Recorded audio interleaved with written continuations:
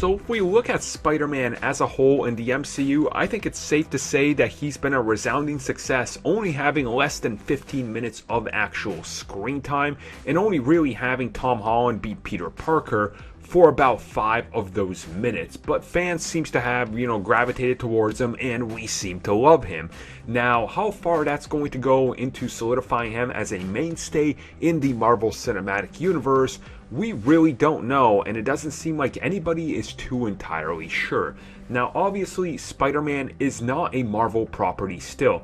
He is still very much a Sony property. Sony is letting Marvel borrow the character, and Marvel is helping Sony produce the movie. There's no money being shared between the two companies with anything in between. So recently, we had the news that Spider-Man might not actually appear in Avengers Infinity War if the deal isn't reached. Now, obviously, they have to renegotiate everything. As I've said, he's still a Sony property.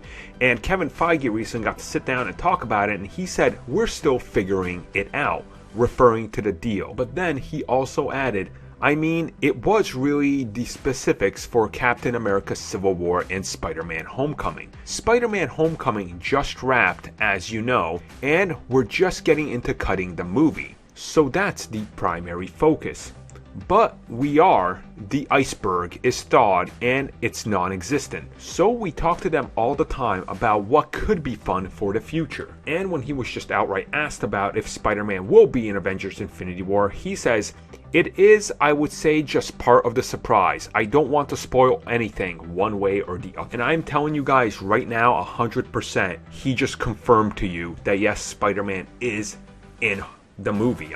He pretty much tells you right there, yes, he's in Infinity War. And what I mean by that is he didn't outright say it, but if you read what he's telling you here and you listen to what he's saying about the deals and the wrap and everything behind it, they're going to wait till Homecoming to know 100% where the sequel goes and where everything like that. But think about this.